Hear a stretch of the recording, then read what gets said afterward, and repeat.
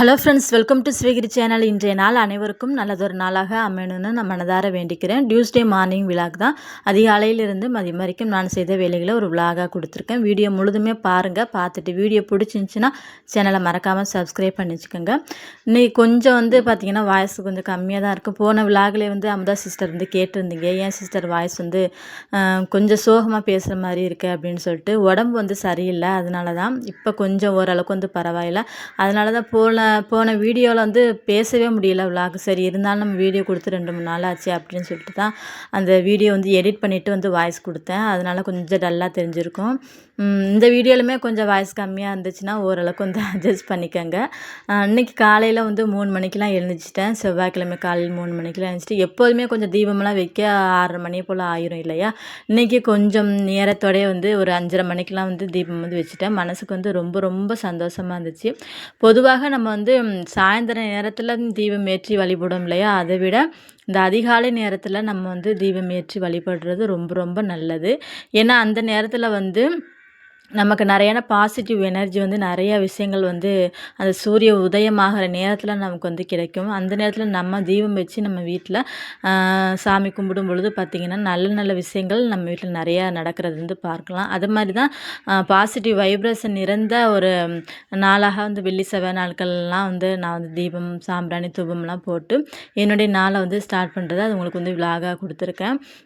எப்பொழுதும் போல் பார்த்திங்கன்னா காலையில் சாணம்லாம் தெளித்து விட்டுட்டு தீபம் வைக்கும் பொழுது பார்த்திங்கன்னா அது மனசுக்கு ஒரு விதமான சந்தோஷத்தை கொடுக்கும். அது யாரெல்லாம் அந்த பிரம்ம முகூர்த்த பூஜை அதிகாலை நேரத்தில் எழுந்திரிச்சு விளக்கேற்றுறீங்கன்னு சொல்லிட்டு மறக்காமல் எனக்கு கமெண்ட்ஸில் கொடுங்க. இன்றைக்கி வாசலில் ஒரு சின்னதாக அந்த 6 தீபம் வச்சு விளக்கு கோலம் தான் போட்டிருந்தேன்.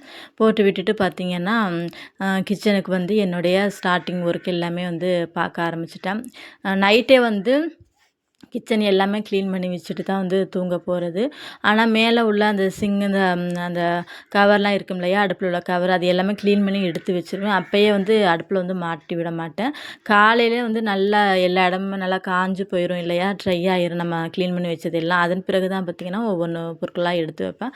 அதன் பிறகு உப்பு ஜார்லாம் எல்லாமே எடுத்து வச்சுட்டு வாசலில் பார்த்திங்கன்னா அன்றைக்கி செடிகள்லாம் நிறையா வாங்கியிருந்தேன் சொல்லிட்டு விலாகில் சொல்லியிருந்தேன் இல்லையா. இந்த துளசி செடி துளசி மாடத்தில் வச்சோம்னா வெயிலே படமாட்டுது. அதனால் ஒரு 4-5 டைம் வச்சு அது வாடி தான் போணுது. அதனால் துளசி செடி வாங்கி முன்னாடி என்ட்ரன்ஸில் அதுக்குன்னு ஒரு தொட்டி வாங்கி துளசி செடி அதில் வச்சுட்டேன். இதில் பார்த்திங்கன்னா துளசி மாடத்தில் வெற்றிலை கொடி இருக்கு இல்லையா, அது வச்சுருக்கேன். முன்னாடி துளசி செடி துளசி மாடத்தில் வச்சுருந்த அந்த மஞ்சள் இருக்கு இல்லையா, அதை இந்த சைடு தொட்டியில் மாற்றி வச்சுட்டேன். அந்த மாதிரி அந்த சண்டே விலாகில் கொடுத்துருந்தேன் இல்லையா, அதில் எல்லாமே ஃபுல்லுமே கம்ப்ளீட்டாக அரேஞ்ச் பண்ணி வச்சுட்டேன். அப்புறம் இந்த புத்தர் சிலைக்கு மேலே உள்ள அந்த பாட்டுமே கொஞ்சம் பாசி பிடிச்சி போயிருந்தது. அதுவுமே நல்லா எல்லாமே தொடச்சி க்ளீன் பண்ணி விட்டுட்டு அதுக்குமே பெயிண்ட்லாம் நல்லா அடித்து விட்டுட்டேன். இப்போ ரொம்ப ரொம்ப பாசிட்டிவான ஒரு இடமா இருக்குது. பார்க்கும்போதே உங்களுக்கு தெரியுதும் இல்லையா. இந்த மாதிரி நம்ம வீட்டு வாசலில் முடிஞ்ச அளவுக்கு இந்த ஒரு சின்ன சின்ன செடிகள்லாம் வச்சு வளர்க்கும் போது அது ஒரு நல்ல வீட்டுக்கு முன்னாடி வைக்கும்பொழுது நல்ல ஒரு பாசிட்டிவ் லுக் கொடுக்கும். நம்ம வீட்டுக்கு வர்றவங்க நம்ம வீட்டு மேலே உள்ள ஒரு எண்ணத்தையே அது மாற்றிடும். அழகாக இருக்கே செடிகள் அப்படின்னு சொல்லிட்டு பார்த்திங்கன்னா அந்த செடிகள் மேலே தான் கண் அவங்களுக்கு போகுமே தவிர வீட்டை பற்றின அந்த எண்ணங்கள்லாம் அவங்களுக்கு ரொம்ப கம்மியாயிரும். அதனால தான் வாசலுக்கு முன்னாடி என்ட்ரன்ஸில் இந்த மாதிரியான செடிகள்லாம் வைக்கிறது ரொம்ப ரொம்ப நல்லது. அதன் பிறகு நேற்று பார்த்திங்கன்னா கொஞ்சம் உதிரிப்பூ மல்லிகைப்பூ வாங்கிட்டு வந்திருந்தாங்க. அதையுமே கட்டி பூஜை அறைக்கு வச்சு விட்டுட்டேன். ஓரளவுக்கு பார்த்திங்கன்னா அந்த தெருவில் கொண்டுட்டு வருவாங்க. அந்த மாதிரி இருக்கும்போது செவ்வந்தி பூக்கள்லாம் எப்போதுமே நிறையா வாங்கி சாமி ஃபோட்டோஸ்க்கெலாம் வைக்கிறது. அப்படி வராத பட்சத்தில் பார்த்திங்கன்னா கொஞ்சம் வெளியில் தான் வாங்கிட்டு முடிஞ்ச அளவுக்கு பார்த்திங்கன்னா சாமி ஃபோட்டோஸ்க்கெலாம் வந்து வச்சு விட்டுட்டு தீபம் வந்து வைக்க ஆரம்பிச்சிட்டேன். அந்த அதிகாலை நேரத்தில் நம்ம தீபம் வச்சு பார்க்கும் பொழுது பார்த்திங்கன்னா அது ஒரு தனி விதமான ஒரு சந்தோஷத்தை வந்து கொடுக்கும். காலையில் நம்ம ஃப்ரெஷ்ஷப் ஆகி குளிச்சுட்டு வந்து நம்ம வேண்டுதல்களை இந்த மாதிரி தீபம் வச்சு ஒரு முறை வந்து வேண்டும் பொழுது மனசுக்கு வந்து ரொம்ப ரொம்ப சந்தோஷமாக இருக்கும். எல்லா வீடியோலையுமே நான் வந்து இதை சொல்கிறது தான். முடிஞ்ச அளவுக்கு பெண்கள் வந்து ட்ரை பண்ணி பாருங்கள். நல்ல ஒரு பாசிட்டிவான வைப்ரேஷன் வந்து கொண்டுட்டு வந்து கொடுக்கும். அதன் பிறகு சாம்பிராணி தூபம்லாம் எல்லாமே போட்டு பூஜை அறை முழுதுமே காட்ட ஆரம்பிச்சிட்டுட்டேன்.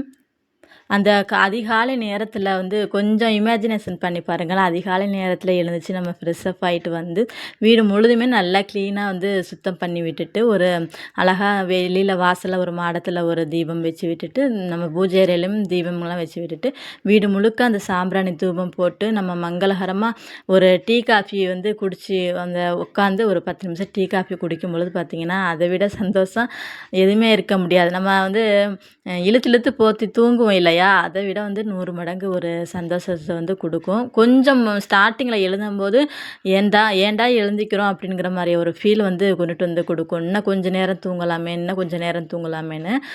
அது வந்து எதற்காகன்னு பார்த்திங்கன்னா அது நம்மளுடைய கர்ம வினைகள் வந்து நம்மளை வந்து முழிக்க விடாது.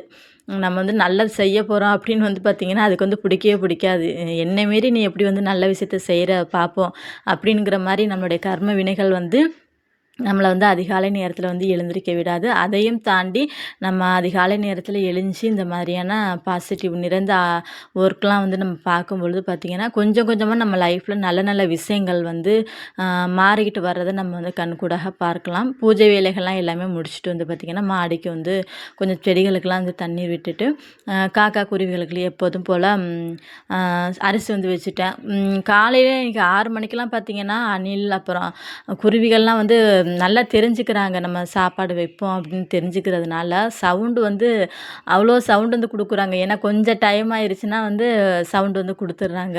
அதனாலேயே நம்ம வைக்க மறந்துட்டாலுமே அந்த சவுண்டை கேட்டு ஏதாவது கொண்டு போய் நம்ம வைக்கிற மாதிரி இருக்குது. அணில்லாம் பார்த்திங்கன்னா டெய்லிக்குமே கரெக்டாக அந்த 5:50 6 மணி ஆயிடுச்சுன்னா நல்லா வந்து சவுண்டு வந்து கொடுக்க ஆரம்பிச்சிட்டாங்க. ஒரு 9 மணி வரைக்கும் பார்த்திங்கன்னா அந்த அணில் வந்து கத்திக்கிட்டே தான் இருக்கும். ஏன்னா நம்ம வந்து சாப்பாடு வைக்க கொஞ்சம் டைம் ஆயிடுச்சு அப்படின்னா நம்ம எடுத்துகிட்டு போகிறது தெரிஞ்சிச்சுன்னா அது வந்து சவுண்டு வந்து நிறுத்திடுறாங்க. அது பார்க்குறதுக்கு நான் போன விலாகில் வந்து கொடுத்துருப்பேன். அது வந்து கொஞ்சம் நேரம் நின்று வாட்ச் பண்ணிகிட்டே இருந்தேன். ஆனால் அணில் எங்கே இருக்குன்னே தெரில. அந்த தென்னை மரத்தில் ஏதோ ஒரு இடத்துல தான் இருக்குது. ஆனால் சவுண்டு மட்டும் பார்த்திங்கன்னா நல்லா வந்து கீச்சு கீச்சுன்னு சவுண்டு மட்டும் கொடுத்துக்கிட்டே இருந்தது. அதை கொஞ்சம் நேரம் பார்த்து ரசிச்சுட்டு காலையில் கிச்சனில் வந்து சமையல் வேலைகள்லாம் ஸ்டார்ட் பண்ண ஆரம்பித்தேன். இன்றைக்கி வந்து கொஞ்சம் காய்கறிகள்லாம் இருந்துச்சு, எல்லாம் போட்டு கொஞ்சம் புளிக்குழம்பு மாதிரிக்கி வச்சுட்டு அவரைக்காயை வந்து பருப்பு போட்டு சாம்பார் வச்சிடலாம் அப்படின்னு சொல்லிட்டு தான் இன்றைக்கி சமையல் வந்து ரெடி பண்ணினேன். சாம்பார் தான் ஸ்டார்டிங்கில் வைக்கலாம்னு இருந்தேன். ஏன்னா வந்து கொஞ்சம் அவரைக்காய்லாம் அதிகமாக இருந்தனால அது அதிகமாகவும் போட்டு நம்ம சாம்பாராக வச்சாலும் மற்ற காய்கறிகள் வந்து கொஞ்சம் வீணாக போயிடும். அதனால கொஞ்சம் இருந்த காய்கறிகள் எல்லாமே கலந்து கத்தரிக்காய், முருங்கைக்காய், முள்ளங்கி எல்லாமே இருந்தது. எல்லா காய்கறியுமே கலந்து ஒரு புளிக்குழம்பு மாதிரிக்க வச்சு விட்டுட்டு அவரைக்காயை வந்து பார்த்திங்கன்னா சூப்பராக அந்த பருப்பு போட்டு ஒரு கூட்டு மாதிரிக்க வச்சுருந்தேன். அது ரொம்ப ரொம்ப பாப்பாக்கெல்லாம் பிடிச்சி போயிடுச்சு போல். தோசைக்குமே அது வந்து வச்சு கொடுத்துருந்தேன். நல்லா விரும்பி வந்து சாப்பிட்ருந்தாங்க. புளிக்குழம்பு வந்து பார்த்திங்கன்னா எப்போதும் போல் தான் கொஞ்சம் மண் சட்டியில் தான் அன்றைக்கி வந்து வச்சேன். கொஞ்சம் வெந்தயம் போட்டுட்டு சின்ன வெங்காயம் பூண்டு வந்து நல்லா உரித்து விட்டுட்டு அதையுமே நல்லா வந்து எண்ணெயில் வந்து தாளித்து விட்டுக்கிட்டேன். பொதுவாக நம்ம சின்ன வெங்காயம் வந்து 2 கட் பண்ணி போடுறத விட முழுசாக அந்த மாதிரி கட் பண்ணி போட்டு நம்ம நல்லா வதக்கும் பொழுது பார்த்திங்கன்னா அதனுடைய வாசனையாக இருந்தாலும் சரி நல்லாயிருக்கும். அது நம்ம அந்த வெந்த பிறகு நம்ம அந்த முழு வெங்காயத்தை வந்து சாப்பிடுவோம் இல்லையா, அது வந்து நம்ம நல்லாயிருக்கும் அந்த குழம்போடு நம்ம சேர்த்து சாப்பிட்ற மாதிரி. புளி கரைசல் வந்து கரைச்சி விட்டுக்கிட்டு தக்காளி வந்து பார்த்திங்கன்னா அந்த அதில் உள்ள விதைகள் மட்டும் வந்து பார்த்திங்கன்னா புளி கரைசல் வந்து கரைச்சி விட்டுட்டு மீதி உள்ள அந்த தோலெல்லாம் வந்து அதையுமே எண்ணெயில் போட்டு நல்லா வந்து வதக்கி விட்டுட்டேன். ஏன்னா எப்பொழுதுமே வந்து பார்த்திங்கன்னா தக்காளி வந்து நான் வந்து கட் பண்ணி போட மாட்டேன். அந்த புளி கரைசலோட தான் வந்து கரைச்சி விட்டுறது. யாரெல்லாம் இந்த மாதிரி நீங்கள் வந்து சமையல் ட்ரை பண்ணுவீங்கன்னு சொல்லிட்டு மறக்காமல் வந்து கமெண்ட்ஸில் சொல்லுங்கள். அப்புறம் வந்து காய்கறிகள் எல்லாத்தையுமே வந்து போட்டு அதையும் வந்து எண்ணெயில் வந்து வதக்கி விட ஆரம்பிச்சிட்டேன்.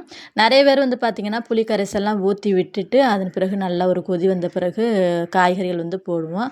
அந்த மாதிரி நம்ம ட்ரை பண்ணுறத விட இந்த மாதிரி நம்ம வந்து காய்கறிகள் வந்து எண்ணெயில் போட்டு நல்லா வதக்கி விட்டுட்டு அதன் பிறகு நம்ம வந்து இந்த புளி கரைசல் மசாலா நிறைந்த பொருட்கள்லாம் ஊற்றினோம்னு வச்சுங்களேன், அந்த எண்ணெயிலேயே காய்கறிகள்லாம் நல்லா வெந்துரும். அது ஒரு தனி விதமான டேஸ்ட்டா இருக்கும். அந்த குழம்புடைய அந்த கலரும் பார்த்தீங்கன்னா, நல்லா வந்து அந்த எண்ணெயெல்லாம் தெளிஞ்சு ஏன்னா அந்த காய்கறிகள் எல்லாமே எண்ணெயில நல்லா வதங்கிடுது இல்லையா? அப்படிங்கிற பொழுது, அது வந்து நல்ல ஒரு டேஸ்ட் வந்து குடுக்கும். நம்ம சாப்பிடும் பொழுதுமே பார்த்தீங்கன்னா, அந்த எண்ணெயோட சேர்ந்து கலந்த அந்த காய்கறி எல்லாமே வேகுறதுனால பார்த்தீங்கன்னா, அது ஒரு தனி விதமான டேஸ்ட்டு வந்து குடுக்கும். யாரெல்லாம் இந்த மாரி காய்கறிகள முதல்ல போட்டு எண்ணெயில வதக்கிட்டு, அதன் பிறகு புளி கரைசல்லாம் ஊத்துவீங்க அப்படின்னு சொல்லிட்டு மறக்காம வந்து கமெண்ட்ஸ்ல சொல்லுங்க. கொஞ்சமா கருவேப்பிலையும் போட்டு நல்லா வந்து வதக்கி விட்டுக்கிட்டேன்.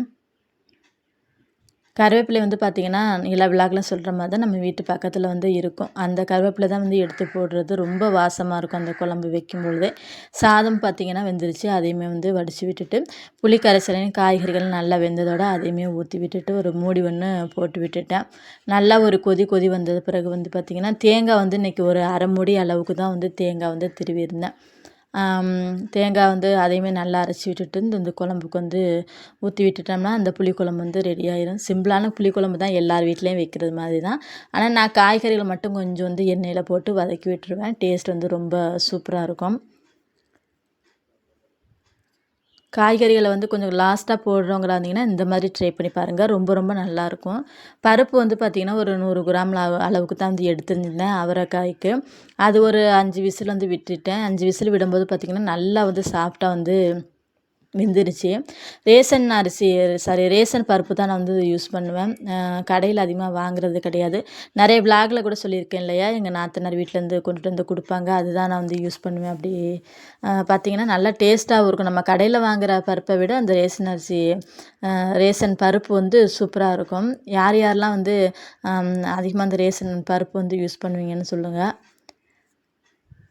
அது வந்து கொஞ்சம் வந்து வாசம் வந்து பார்த்தீங்கன்னா, கொஞ்சம் இந்த நம்ம ஸ்கூல்லலாம் சாப்பிடுவோம் இல்லையா? அந்த வந்து பருப்புல வந்து அந்த வாசம் வந்து வரும். நல்லா ஒரு 5, 6 டைம் நம்ம வந்து கிளீன் பண்ணிட்டு, அதன் பிறகு நம்ம வந்து பருப்ப வேக வச்சோம்னு வச்சுக்கோங்களேன், ரொம்ப சூப்பரா இருக்கும். நம்ம கடையில வாங்குற பருப்புக்கு ஈக்குவலா தான் வந்து இருக்கும். அதனால வந்து இப்போ ரேஷன் அரிசி சாரி அரிசியே வருது. ரேஷன் பருப்பு தானே அப்படின்னு சொல்லிட்டு அதிகமா யாருமே யூஸ் பண்ணாம இருக்காதீங்க. ரொம்ப சத்து.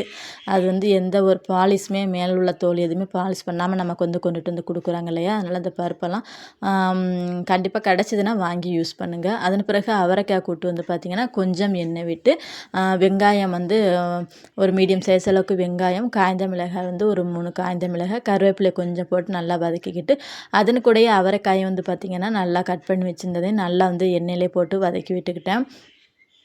தண்ணி வந்து இது கொஞ்சம் கம்மியா வைக்கணும். இதுக்கு வந்து கொஞ்சம் எக்ஸ்ட்ரா போன மாதிரி தான் இருந்துச்சு. அன்னைக்கு நம்ம செய்யும்பொழுது பார்த்தீங்கன்னா, இத விட கொஞ்சம் வந்து குறைச்சிருந்தோம்னா இன்னும் சூப்பரா இருக்கும் டேஸ்ட்டு. பார்த்தீங்கன்னா, உப்புலாம் போட்ட பிறகு நம்ம அந்த பருப்பு வேக வச்சிருக்கோம் இல்லையா? அதையுமே போட்டு நல்லா கிண்டி விட்டுட்டு ஒரு 2 நிமிஷம் கழிச்சு மூடி போட்டு எடுத்தோம்னா, அந்த மாரி நல்லா வந்து சுண்டி வந்துரும். அந்த புளிக்குழம்புக்கு நம்ம இந்த காய்கறிகளோட சேர்த்து சாப்பிடும் பொழுது, இந்த மாதிரியான அவரைக்காய் கூட்டு, பருப்பு கூட்டு வச்சு பாருங்க. ரொம்ப டேஸ்ட்டா இருக்கும். நான் கொஞ்சம் எக்ஸ்ட்ரா வந்து தண்ணி வந்து விட்டுட்டேன். தண்ணி கொஞ்சம் கம்மியா குறைச்சிட்டு நம்ம வந்து செஞ்சோம்னா ரொம்ப டேஸ்ட் வந்து சூப்பரா இருக்கும். ரொம்ப நேரம் வந்து வேக வைக்கக்கூடாது அவரைக்காய. ஓரளவுக்கு வந்து அதனால தான் சொல்றது, தண்ணி வந்து கொஞ்சம் கம்மியா வச்சுட்டோம்னா, கரெக்டான அளவுக்கு வச்சுட்டோம்னா, அது வந்து வேகுறதுக்கு வந்து அளவு வந்து கரெக்ட்டா இருக்கும். இப்போ வந்து பார்த்திங்கன்னா, மதியம் சமையல் வந்து முடிச்சாச்சு காலையிலேயே. புளிக்குழம்பு வச்சுட்டு, அவரைக்காய் கூட்டு, அப்பளம் வந்து கொஞ்சம் வந்து பொரிச்சு விட்டுட்டேன். இந்த விளாக் வந்து உங்களுக்கு பிடிச்சிருக்குன்னு நம்புகிறேன். விளாக் வந்து பிடிச்சிருந்துச்சின்னா, சேனலை மறக்காம வந்து சப்ஸ்கிரைப் பண்ணிக்கோங்க. காலையில வந்து சாப்பாடு வந்து பார்த்திங்கன்னா, கொஞ்சம் தோசையுமே வந்து அவங்களுக்கு வந்து ஊட்டி விட்டுட்டேன். அந்த அவரைக்காய் செய்யும் பொழுதே வந்து பாப்பாவும் தம்பியும் கேட்டுக்கிட்டே இருந்தாங்க. அம்மா எனக்கு வந்து தோசை ஊத்தி குடுங்கம்மான்னு சொல்லிட்டு. உண்மையாவே சொல்றேன் ரொம்ப டேஸ்ட்டா இருந்தது. அதன் பிறகு 2 குட்டீஸுமே வந்து ஸ்கூலுக்கு வந்து அனுப்பிவிடாம வச்சுட்டு போய் சாமி கும்பிடுமான்னு சொன்னதுக்கு அவங்க பூசின துண்ணூற பார்த்தீங்களா எப்படின்னு சொல்லிட்டு. வீடியோ முழுதுமே பார்த்தீங்கன்னா, தம்பிக்கு ஒரு ஹாய் வந்து சொல்லிருங்க. உங்களுடைய கமெண்ட்ஸ் எதுவாக இருந்தாலும் எனக்கு ஒரு இந்த ரிப்ளை வந்து பண்ணுங்க. அப்பதான் இன்னும் நெறைய வீடியோக்கள் எனக்கு வந்து போடுறதுக்கு மோட்டிவேஷனலா இருக்கும். இன்னும் நான் என்னென்ன வீடியோஸ்லாம் சேஞ்ச் பண்ணணும் அப்படிங்கிறதையும் உங்க கமெண்ட்ல வந்து சொல்லுங்க. முடிஞ்சா ஒரு லைக் வந்து குடுங்க. லைக் குடுக்க தான் நெறையா ரெக்கமெண்டேஷன் வந்து யூடியூப் வந்து கொண்டுட்டு போய் குடுக்கும். வீடியோ பார்த்த அனைவருக்குமே என்னுடைய நன்றியை தெரிவித்துக் கொள்கின்றேன். நன்றி, வணக்கம்.